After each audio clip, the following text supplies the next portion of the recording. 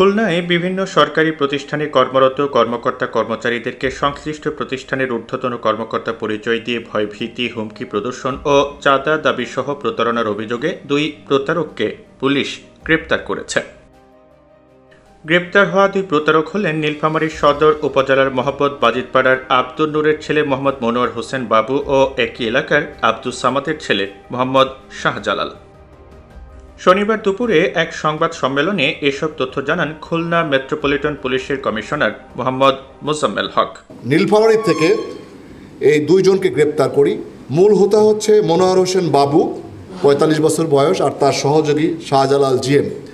পরবর্তীতে আমরা যে জানতে পারি এরা যে কাজটি করে সেটা হলো আমাদের তথ্য বাতায়ন রয়েছে, সেখানে প্রবেশ করে বিভিন্ন মোবাইল নাম্বারগুলো সংগ্রহ করে।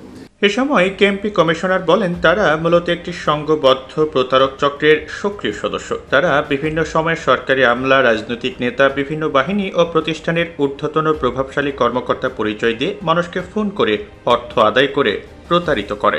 এতে কোনো মামলা নেই, মামলা শুরু হলো। এখন তো অনেকগুলো মামলা হবে। আপনারা ইতিমধ্যেই তো 2টে এখানেই রুজু হচ্ছে, অর্থাৎ সোনাডাঙ্গা থানায় একটি মামলা এবং দৌলতপুরে একটি মামলায় রুজু হচ্ছে।